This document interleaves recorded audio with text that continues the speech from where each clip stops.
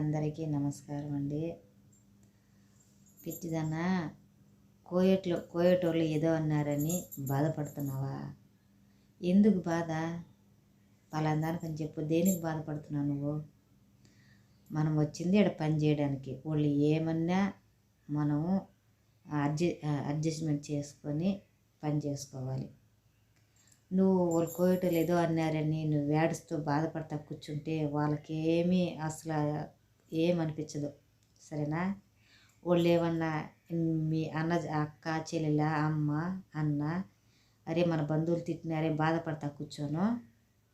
అసలు వాళ్ళు ఏమన్నా అన్నా కూడా మనం పట్టించుకోకూడదు, సరేనా? వాళ్ళు ఏమన్నా మన చుట్టాల బంధువుల వాళ్ళు ఏదన్నా అంటే మనం బాధపడకుండా పని చేసుకో మిత్రమా, సరేనా? కోయేటోళ్ళు అట్టన్నారే ఇట్టన్నారని బాధపడకూడదు. కోయట్లోకి వచ్చిన తర్వాత అన్ని బాధలను దిగమింగుకొని పని చేసుకోవాలి, డబ్బులు కావాలంటేను, అంతేనా? సరేనా? మనము ఇక్కడ కోయట్లో మన వాళ్ళని కర్దామా అంటారు, సరేనా? నీ పేరు రాణి, లక్ష్మి, సుజాత ఇవన్నీ పేర్లు పెట్టి పిలవరు. అసలు కోయేటోళ్ళు కూడా డ్రైవర్లకి కర్దామ అన్నం ఇచ్చిందంట, ఇచ్చింది మామ, కర్దామ అన్నం ఇచ్చింది మామ అని చెప్తారు. లేదు లక్ష్మి అన్నం ఇచ్చింది, సుజాత అన్నం ఇచ్చింది, రాణి అన్నం ఇచ్చింది వాళ్ళ పేరుతో పిలవరు, చెప్పరు వాళ్ళు కోయేటోళ్ళకి, సరేనా?